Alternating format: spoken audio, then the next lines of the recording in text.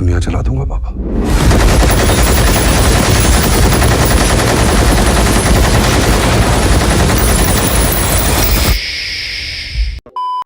Okay, तो कल animal के ट्रेलर पे बात की कि ओवरऑल ट्रेलर कैसा रहा और कैसे मूवी से आ रहे प्रमोशनल मटेरियल, ओवरलैपिंग और स्टोरी या कुछ भी हो मूवी से कुछ ज़्यादा ही रिवील होते नज़र आया है। मगर अब ऐसा नहीं लगता कि उतना भी चीज़ें स्पॉयलर्स हो सकते हैं, क्योंकि इतना तो मेकर्स ने खुद से ही रिवील कर दिए कि पब्लिक ये जानते हुए मूवी देखने जाए कि भैया देखो हमारी मूवी में ऐसे ऐसे चीज़ें होने हैं। इसीलिए ये वीडियो थोड़ी से स्टोरी पे बात और कुछ चीज़ों पे बात करने वाली वीडियो होनी है, क्योंकि ऐसी चीज़ें हैं जिन पे अभी तक बातें किए जा सकते हैं। तो इसके कहानी पे ध्यान दे तो जब से मूवी के गाने आने चालू हुए थे तभी से इसके कहानी थोड़ी थोड़ी सी समझ में आने लगी थी कि अच्छा ओ तो इस बात में मूवी की कहानी जानी है, क्योंकि हमने इन गानों से पहले सिर्फ इसकी ऊपरी कहानी समझी थी कि मूवी बेटे और बाप के बीच के रिलेशन पे डोमिनेट होनी है, जहाँ बेटा क्रिमिनल है और बाप उसे पसंद नहीं करता, जो कि अब भी थोड़ा सा कॉम्प्लिकेटेड है। लेकिन अभी तक आए प्रमोशनल मटेरियल से हम हल्की हल्की ये जान चुके हैं कि क्यों मूवी बेटे और बाप के रिलेशन पे फोकस करती है।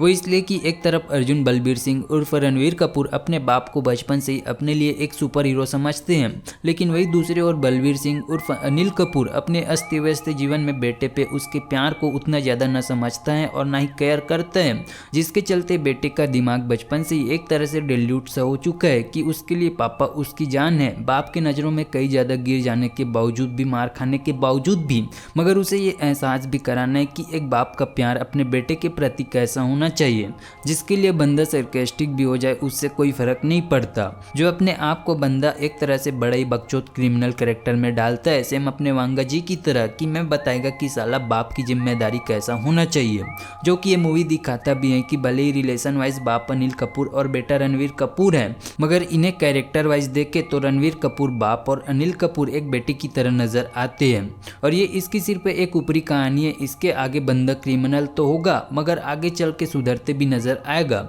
जब बंदे की जिंदगी में प्यार की भी एग्जिस्टेंस होगी, जब अपने बच्चे को समय देने की बातें आएंगे, जो अपने क्रिमिनल लाइफ से दूर कहीं गृहस्थी बसाते भी दिखेंगे, मगर तब तक जब तक कि बाप पे बात नहीं आती। और जैसे ही बाप पे मुसीबत आई कि फिर से दोबारा दिखाई देगा एक एनिमल जो वायलेंस की सारी हदें पार करते नजर आने हैं। लेकिन वहीं एक दूसरे एनिमल की ओर जाए तो उसके लिए भी बड़ा ही भयंकर क्यूरियोसिटी बनाए चले हैं अपने डायरेक्टर साहब, क्योंकि इधर के कहानी को तो फुल एक्सप्लेन कर दिए, मगर असली डैडी विलन से क्या दुश्मनी रहेगी, क्यों रहेगी और कौन उस बैटल की शुरुआत करेगी, ये अब भी भयंकर सस्पेंस बनाए हैं। जहां बॉबी देओल एज अ विराज सर्वे जी ने भी हल्की फुटेजेस ट्रेलर में भी दिए हैं, जो इसके लिए काफ़ी कन्फ्यूजन छोड़ जाता है कि आखिर बंदा ऐसे रो क्यों रहा है, क्या कांड कर दिए अर्जुन भैया ने कि अपने डैडी विलन को भी रुला के रखा हुआ है, जो उसके बाद दोनों के बैटल से मालूम भी होता है कि इतने हल्के में तो नहीं न ले सकते अपने डैडी विलन को। जो ऑरा सेट करना चाहिए एक एनिमल को दूसरे एनिमल से टक्कर लेने में, वो सिर्फ इतना ही सीन बयां कर गया।